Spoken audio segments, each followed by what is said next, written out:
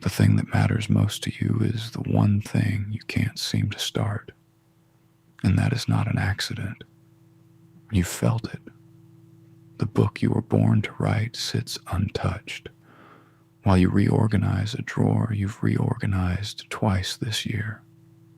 The phone call that could change everything stays unmade. The dream you've carried since you were young waits patiently while you scrub the kitchen, answer easy emails, do anything at all, except the one thing your whole life seems to be asking of you. And the cruelest part is that you can feel the weight of it sitting just outside the door of your attention, and still you don't open it. If you've ever wondered why you procrastinate hardest on exactly the things that matter most, while the trivial things get done with ease, this video is the answer. And it is not because you're lazy. Lazy people don't feel this ache. They don't lie awake at night, haunted by the work they didn't do. You do. The very fact that it torments you proves the opposite of laziness. It's something far stranger, and once you see it, the pattern starts to lose its grip on you. I'm the voice of shadow and self. I read the psychology so you don't have to, and I tell you the parts about yourself most people would rather not say out loud. So here's the first one. Procrastination is not laziness. It is fear wearing the costume of laziness, because laziness is easier to confess. Let me explain. Carl Jung understood that the psyche protects itself in ways the conscious mind never authorizes. When you avoid the task that matters, you're not avoiding the work. The work is rarely the problem. What you are avoiding is the verdict. Because the moment you truly try, you risk finding out something you have spent years refusing to know, whether you are actually good enough. As long as the book is unwritten, you could have been a great writer.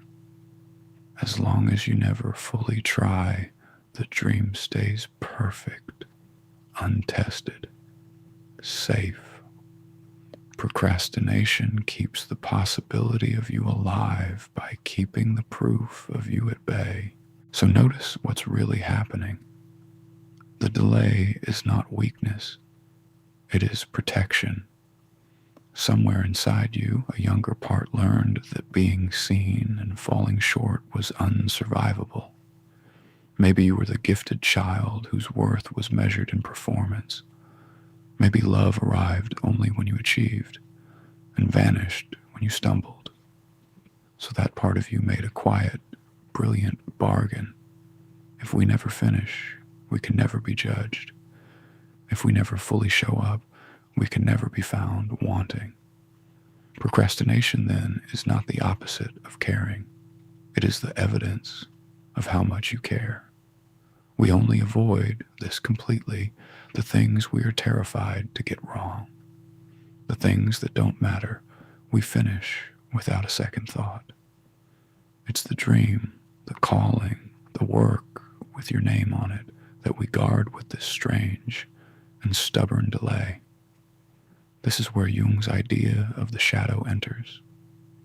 The shadow is everything about yourself you've pushed out of sight, including, and this surprises people, your own greatness. We don't only hide our darkness, we hide our light, our ambition, our hunger to matter, because those are the very things that, if exposed, could be rejected. To want something openly is to give the world a target. So the shadow keeps your deepest desire locked in the dark, and procrastination is the lock.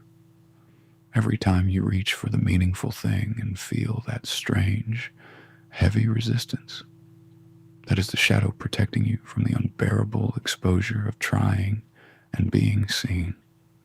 And underneath all of it sits a gap.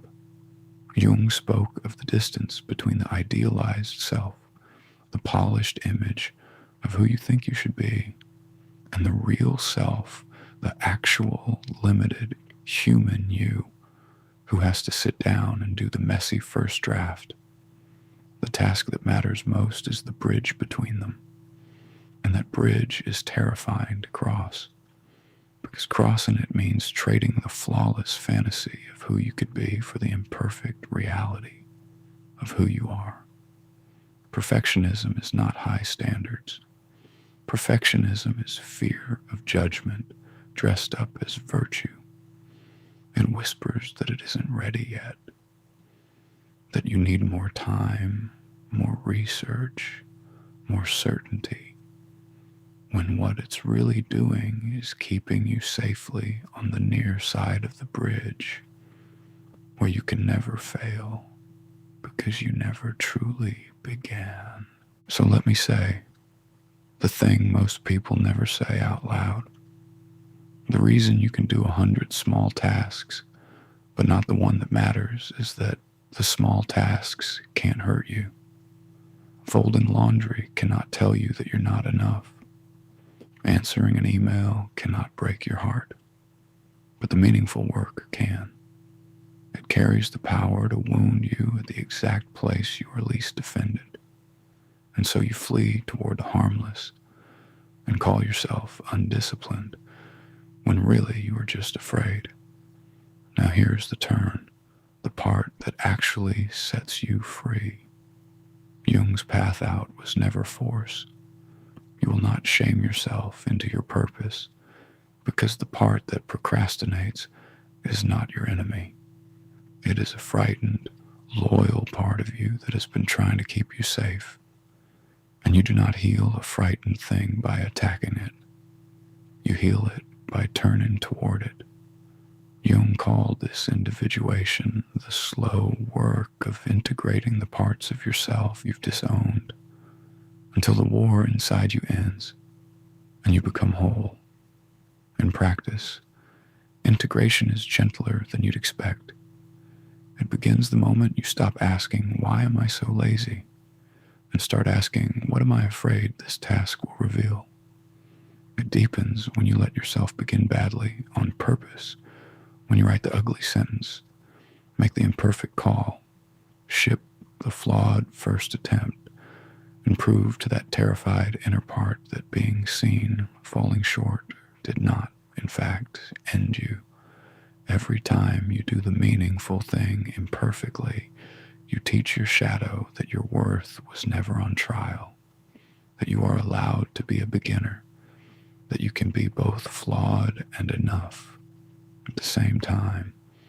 So the next time you find yourself avoiding the one thing that matters, don't reach for discipline. Reach for honesty. Sit with the resistance and ask it gently, "What are you protecting me from?" Because the task was never the mountain. The fear of who you discover yourself to be was the mountain. And the moment you begin, badly, humanly, anyway, you're no longer hiding from your own life. You are finally, quietly, walking toward it. This is shadow and self. If something in this found you, stay a while. There's more.